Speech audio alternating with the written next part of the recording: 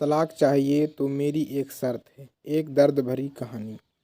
जब मैं रात को घर पहुंचा तो मेरी पत्नी ने खाना लगाया। मैंने उसका हाथ अपने हाथों में लिया और कहा, मुझे तुमसे कुछ ज़रूरी बात कहना है। वो शांत बैठकर खाना खा रही थी। उसकी आंखों में कुछ दर्द सा साफ नज़र आ रहा था। अचानक मुझे नहीं पता कैसे कहूँ, मगर मुझे उसे बताना ही था। मैंने बड़ी शांति से कहा, मुझे तलाक चाहिए। लगा जैसे उसे मेरे शब्दों से कुछ फर्क नहीं पड़ा, बल्कि उसने मुझसे पूछा, क्यों तलाक चाहिए? मैंने उसके सवाल को अनसुना किया तो उसे गुस्सा आ गया। उसने चम्मच उठाकर फेंक दिया और जोर से चिल्लाई, तुम इंसान नहीं हो। उस रात हमने एक दूसरे से बात नहीं की। वो रो रही थी। मुझे पता था कि वो जानना चाहती थी कि आखिर ऐसा क्या हुआ जो हमारा रिश्ता टूटने की कगार पर आ गया। पर मेरे लिए उसके सवालों का जवाब दे पाना नामुमकिन था। मैं अब किसी और से, प्रिया नाम था उसका, प्यार करने लगा हूँ। अब मुझे उससे प्यार नहीं रहा। मैंने उसे उसके बरसों के प्यार की सज़ा दी थी। भरे मन से मैंने तलाक के पेपर तैयार किए। उसमें लिखा था कि वह पूरा घर, कार और कंपनी की 30% शेयर ले सकती है इस तलाक के बदले में। लेकिन उसने उन पेपर्स को देखा और उनके टुकड़े टुकड़े कर दिए। वो औरत जिसने मेरे साथ जीवन के 10 साल बिताए थे, वो आज मेरे लिए अनजान हो चुकी थी। मुझे इन 10 सालों का जो उसने मेरे लिए बर्बाद किए, मगर मैं क्या करूं? जो हो चुका उसे मैं बदल नहीं सकता, क्योंकि मैं किसी और से, अपनी पत्नी से भी ज़्यादा प्यार करने लगा था। आखिरकार उसके सब्र का बांध टूट गया और वो फूट फूट कर मेरे सामने रोने लगी।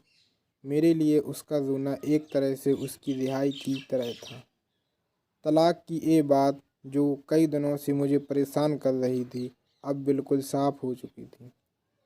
अगले दिन मैं घर काफ़ी लेट आया। मैंने देखा कि वो टेबल पर बैठकर कुछ लिख रही थी।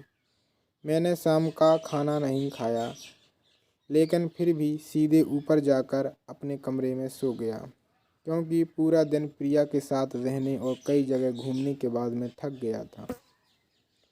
वो शायद रात को उसी टेबल पर लिखते लिखते सो गई थी। सुबह उसने तलाक देने की शर्तें बताईं। वो मुझसे कुछ भी नहीं लेना चाहती थी।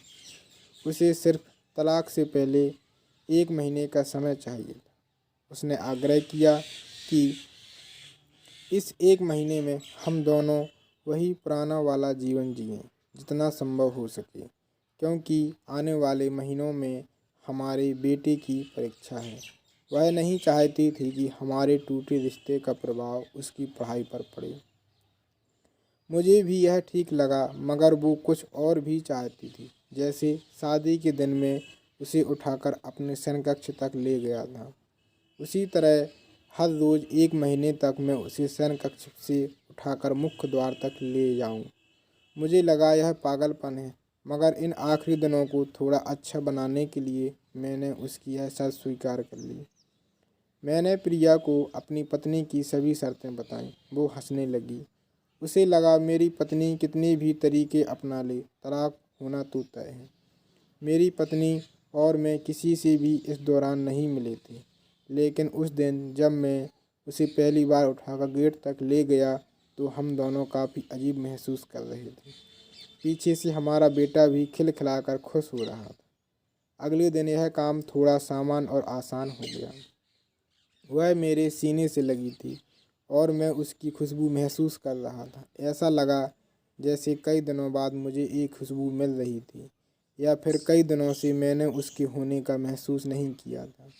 पहले जितनी उसमें वो कसाव नहीं था और चेहरे पर कुछ हल्की झुर्रियाँ नज़र आ रही थीं और बाल भी सफ़ेद होने लगे थे। ये वही औरत थी जिसने अपने जीवन के 10 साल मुझे समर्पित किए थे।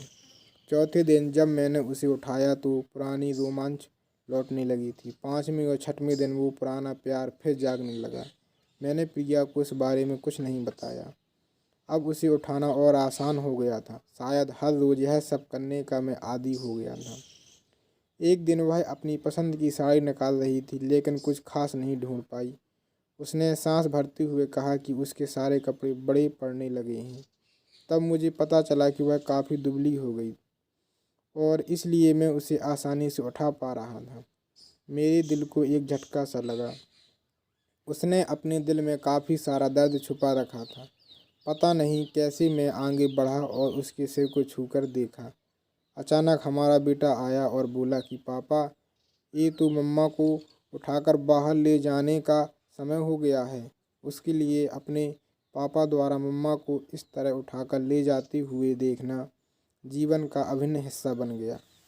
मेरी बीवी ने हमारे बच्चे को बुलाया और ज़ोर से उसे गला लगा लिया। मैंने अपना चेहरा दूसरी तरफ कर लिया। मुझे लगा कहीं मैं अपना निर्णय ना बदल लूं। मैंने अपनी पत्नी को रोज की तरह उठाया और बेडरूम की सिटिंग रूम में होते हुए हॉल तक लाया। उसने प्यार से अपने दोनों हाथ मेरी गर्दन के आसपास रख दिए। मैंने उसे जोर से पकड़ रखा था, बिल्कुल हमारे स्वागरात की तरह। मगर उसका इतना कम वजन मुझे परेशान कर रहा था। महीने के आखिरी दिन जब मैंने उसे उठाया तो मेरे लिए एक कदम भी चल पाना मुश्किल हो रहा था। हमारा बेटा स्कूल जा चुका था। मैं अपनी कार से वापस गया और कार से कूदकर बाहर आ गया, बिना कार को लॉक किए। मुझे डर था कि अब एक पल की भी देरी मेरा इरादा बदल लेगी।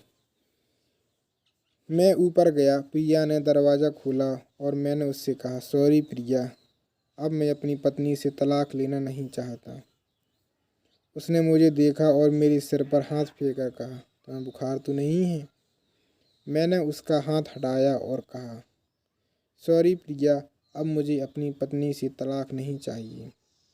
हमारी शादीशुदा ज़िंदगी शायद हम दोनों के ध्यान ना देने की वजह से बोरिंग हो गई थी, लेकिन इसका मतलब यह कतई नहीं कि हम एक दूसरे से प्यार नहीं करते। अब मुझे एहसास हुआ कि जिस दिन मैं उसे शादी करके घर लाया था, उस दिन से जीवन के आखिरी दिन तक मुझे उसका साथ निभाना है। प्रिया के होश उड़ गए। उसने मुझे एक जोरदार चांटा जड़ दिया मेरे मुँह पर। वह रोने लगी और दरवाज़ा अंदर से बंद कर लिया। मैं सीढ़ियों से नीचे उतरा और आकर अपने कार में बैठ गया। आगे एक फूल वाले की दुकान पर रुका और अपनी प्यारी पत्नी के लिए एक सुंदर सा गुलदस्ता लिया। दुकानदार ने पूछा कि इस पर क्या लिखना है। मैंने मुस्कुराते हुए कहा कि मैं तुम्हें जीवन के आखिरी दिन तक यूं ही उठाता रहूँगा, मेरी अर्धांगिनी। उस शाम जब मैं घर आया, हाथों में गुलदस्ता लिए, मेरे चेहरे पर एक मुस्कान थी। मैं ऊपर अपने कमरे की तरफ भाग कर गया, लेकिन तब तक वह मुझे छोड़कर इस दुनिया से जा चुकी थी, हमेशा के लिए। वो कई महीनों से कैंसर से लड़ रही थी, लेकिन मैं प्रिया के साथ इतना खोया हुआ था कि कभी ध्यान नहीं रहा। उसे पता था वह जल्द ही मुझे छोड़कर जाने वाली है, इसलिए वह मुझे और मेरे बेटे के रिश्ते को टूटने से बचाना चाहती थी। मैं नीच उससे तलाक लेना चाहता था, लेकिन फिर भी उसने मुझे अपने बच्चे की नज़रों में एक प्यारा पति और एक प्यारी माता बनाए रखा। वीडियो पसंद आए तो चैनल्स को लाइक और सब्सक्राइब ज़रूर करिए।